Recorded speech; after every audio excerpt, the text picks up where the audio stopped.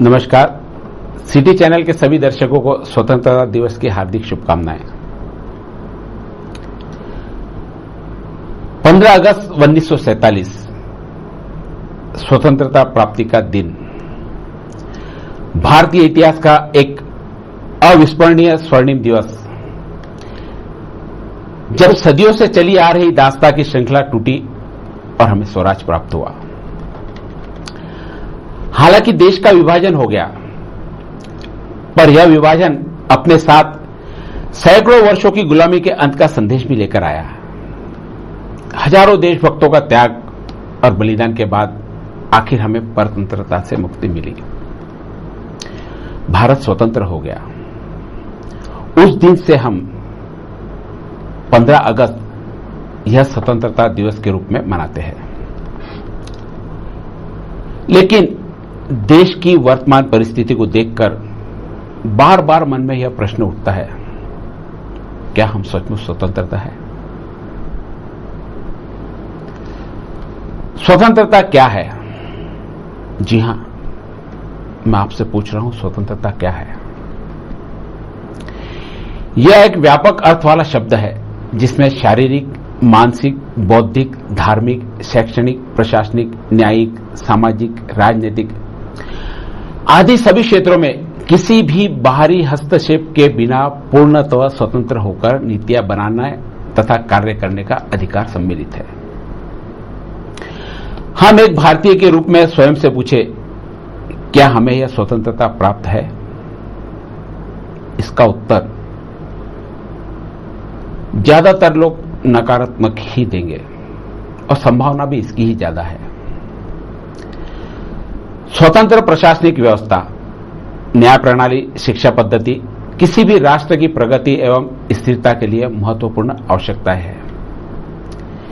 किंतु दुख और चिंता का विषय है कि स्वाधीनता प्राप्ति के इतने वर्षों बाद भी, जी हां, स्वाधीनता प्राप्ति के 63 वर्षों बाद भी इन तीनों क्षेत्र में व्यापक स्तर पर कोई बहुत बड़े बदलाव नहीं किए गए। हम आज भी उसी प्रशासनिक व्यवस्था, न्याय प्रणाली, शिक्षा पद्धति का पालन कर रहे हैं जो विदेशी शासनकर्ताओं द्वारा उनके स्वार्थ के लिए हम पर लादी गई थी।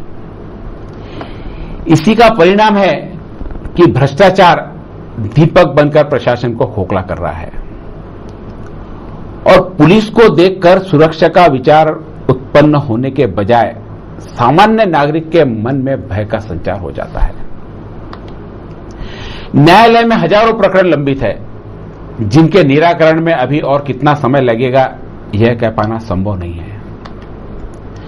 शिक्षा पद्धति की दशा भी इससे बहुत अलग नहीं है।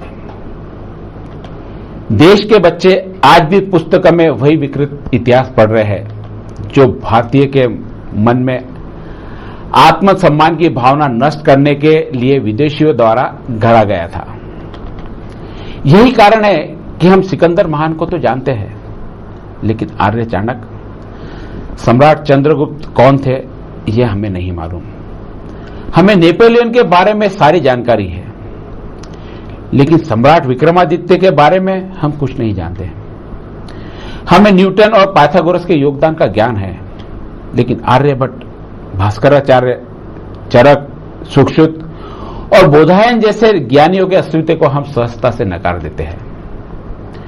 हमने वास्को डी गामा और कोलंबस की समुद्र यात्राओं के बारे में अनेक कहानियां, अनेक किस्से पढ़े हैं, लेकिन उससे भी सदियों पहले भारत से मेक्सिको तक की यात्रा, जी हां, भारत से मेक्सिको तक की समुद्र यात्रा करने वाले वुस्टलुन का नाम भी हमने नहीं सुना, और यह बहुत सच है।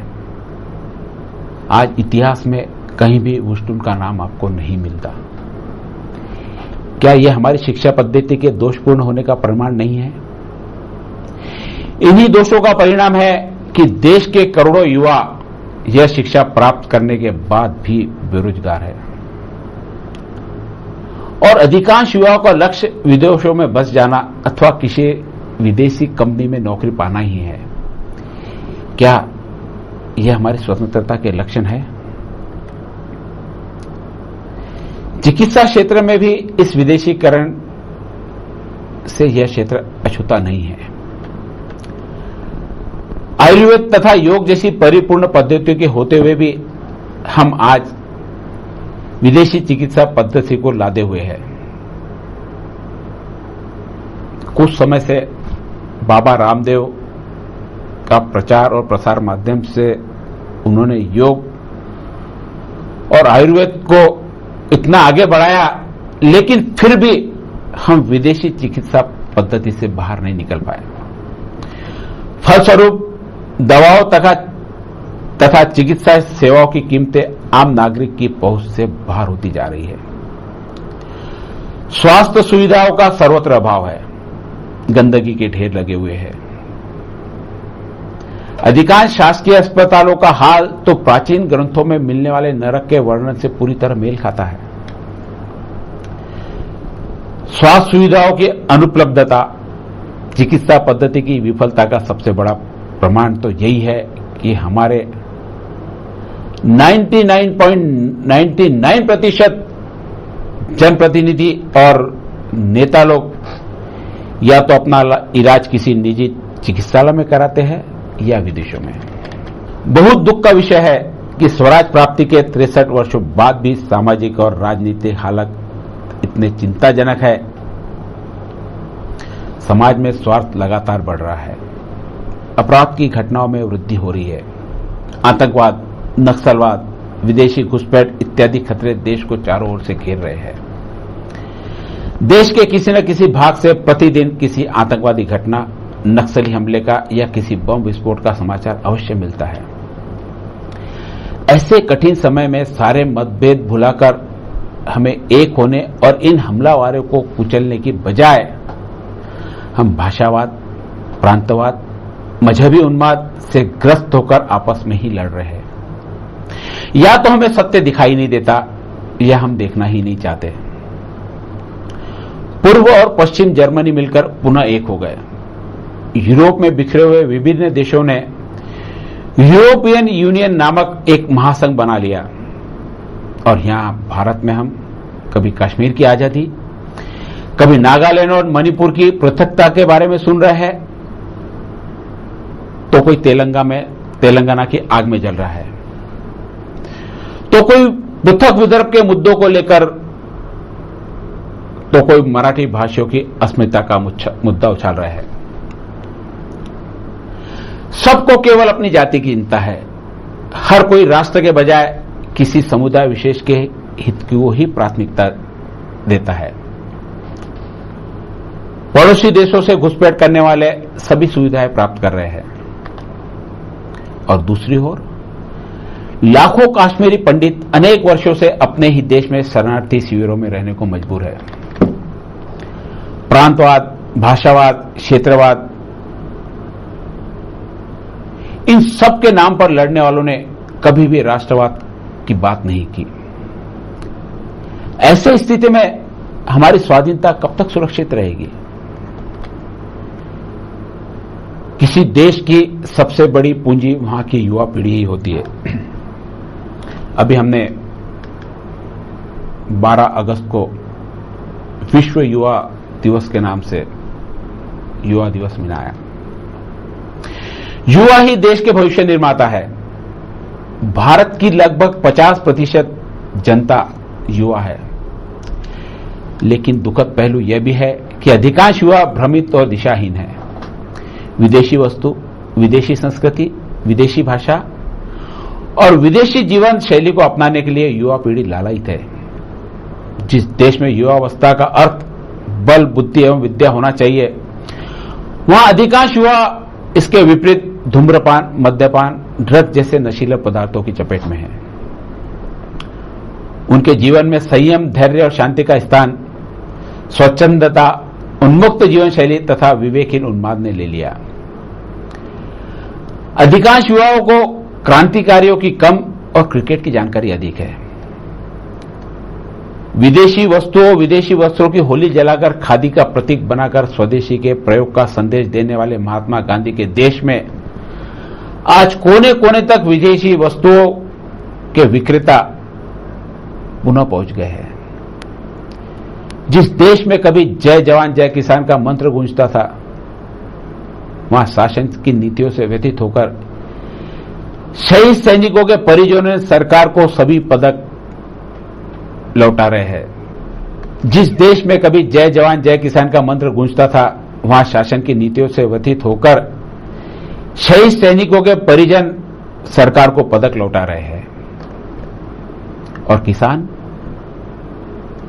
रोजाना कहीं ना कहीं से आत्महत्या की खबर बन रहे हैं। सोने की चिड़िया कहलाने वाला यह देश छोटे छोटे कार्यों में आर्थिक सहायता के लिए कभी अंतर्राष्ट्रीय मुद्रा कोष तो कभी विश्व बैंक की ओर देखता है। हमारी आर्थिक नीतियों से आज भी भारत की बजाय बाहरी देशों को ही अधिक लाभ हो रहा है। ऐसी स्थिति में हम कैसे कह सकते हैं कि हम स्वतंत्र हैं। 15 अगस्त 1947 को हमें स्वराज तो मिल गया, लेकिन स्वतंत्रता प्राप्त करना भी शेष है। शासन भारतीयों के हाथों में आ गया, लेकिन शासन तंत्र के सभी अंगों का भारतीयकरण करना आवश्यक है। जब तक किसी एक क्षेत्र में भी विदेशी तंत्र उपस्थित है, तब तक हम स्वयं को स्वतंत्र कैसे कह सकते हैं। स्वदेशी, स्वभाषा, स्वाभिमान,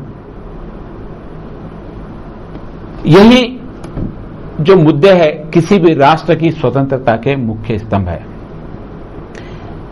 जब तक इनके आधार पर हम अपना शासन तंत्र नहीं बदलते,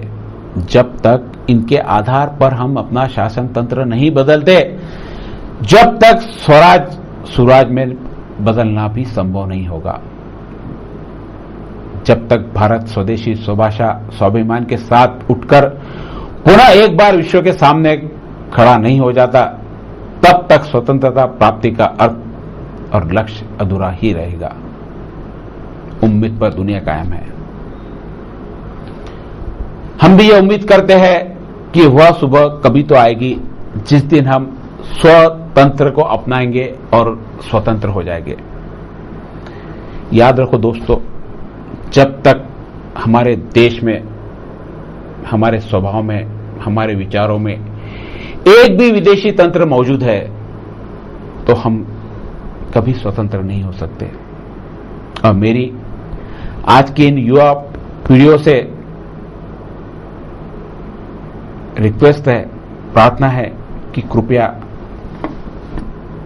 परतंत्र की बजाय स्वतंत्र की ओर ध्यान दीजिए।